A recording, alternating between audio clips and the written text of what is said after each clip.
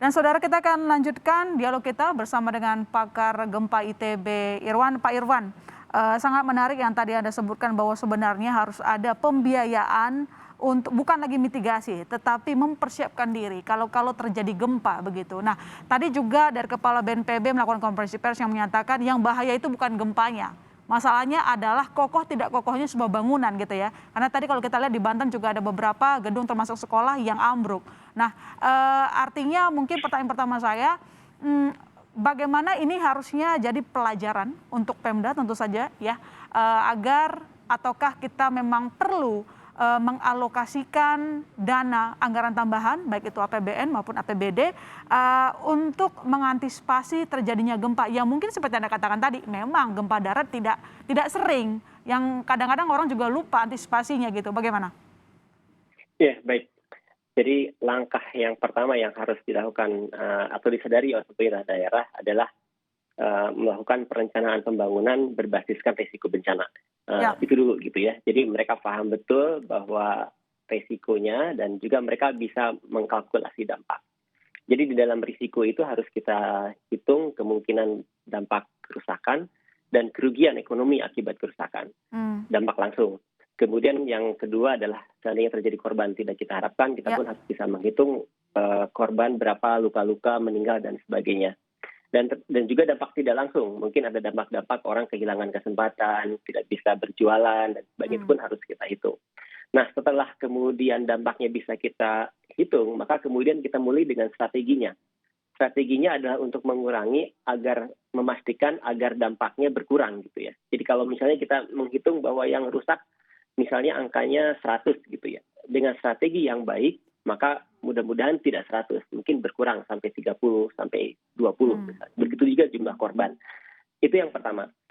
Jadi kita kemudian harus bisa menghitung berapa risikonya, kerugian ekonomi. Dan kemudian salah satu yang kemudian sangat penting, kita pun harus memiliki strategi ekonomi untuk pengurangan risiko bencana. Atau kemudian disebut dengan disaster risk financing. Jadi skema keuangan untuk penanggulangan bencana. Ini menurut saya sangat mendesak dan saya paham beberapa instansi termasuk Kementerian Keuangan sekarang sudah membahas konsep mengenai disaster risk financing. Jadi kita pun harus sudah masuk.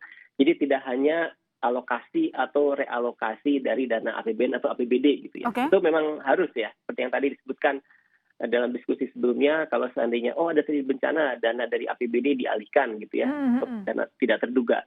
Bukan hanya itu, tapi kemudian kita pun harus memiliki apa yang disebut dengan pooling fund, jadi pengumpulan dana. Mungkin ini harusnya tidak di level daerah, kalau daerah pun memungkinkan, tapi mungkin bisa juga dari alokasi rupiah murni dari APBN, misalnya dalam konteks pooling fund, ataupun ada skema-skema lain misalnya gitu ya, ada yang mulai orang mendiskusikan mengenai asuransi bencana. Tapi yang lebih penting itu strateginya yang harus kita miliki. Artinya yang ada sekarang ini dari kacamata Anda misalnya kalau kita lihat juga ada asuransi risiko bencana, kemudian tadi ada anggaran tidak terduga yang tadi disampaikan di APBD, itu tidak cukup ya. Apalagi kalau kita lihat, saya sedikit mengulas lagi soal temuan United States Geological Survey yang mengatakan kan Indonesia berada di zona seismik, ya paling rawan gempa, kalah cuma dari Jepang. Nah, mungkin kita bisa diberikan pengetahuan juga Pak, apa yang bisa kita pelajari dari Jepang terkait dengan respon terhadap gempa? Iya, kita bisa menggunakan Jepang sebagai referensi. Yang pertama, referensi dalam konteks riset bencana ya. Jadi salah satu tempat yang baik untuk meriset sumber bencana, khususnya mengenai gempa bumi, kita bisa belajar dari sana. Jadi mereka sudah mulai investasi dengan sangat serius dari instrumentasi. Jadi mereka sudah memiliki jaringan pengamatan dari mulai seismometer, GPS yang sangat rapat untuk memahami fenomena yang terjadi untuk menjelaskan sumber gempa dengan lebih baik, mendetailkan sumber gempa yang lebih baik sebagai bagian dari tahapan perhitungan risiko. Yang pertama adalah riset dasarnya. Kemudian kita juga bisa belajar dari mereka, yaitu bagaimana mereka menyebarkan informasi bencana pada masyarakat. Jadi mungkin kita bisa melihat dari level yang sangat awal, sedini mungkin, dari mulai tingkat dasar, mereka sudah tahu gitu ya, anak-anak sudah diajarkan kalau terjadi gempa, maka jangan kemana-mana dulu saat terjadi goncangan. Jadi berlindung misalnya di bawah meja, menutup kepala dengan tas ataupun dengan bantal, memastikan bahwa tidak ada jatuhan dari kaca. Jadi yang pertama, Yang kedua adalah setelah riset dasarnya, yaitu kemudian mendidik masyarakat. Karena itu akan mereka ingat kalau dari masih sangat kecil, akan diingat pada saat mereka menjadi pengambil kebijakan gitu ya. Oh, mereka sudah punya pengetahuan itu. Gitu. Oke. Itu yang kedua dalam konteks. Dan yang ketiga adalah respon. Jadi mereka memiliki kemampuan respon yang sangat baik. Jadi pada saat terjadi bencana, mereka bisa merespon dengan cepat.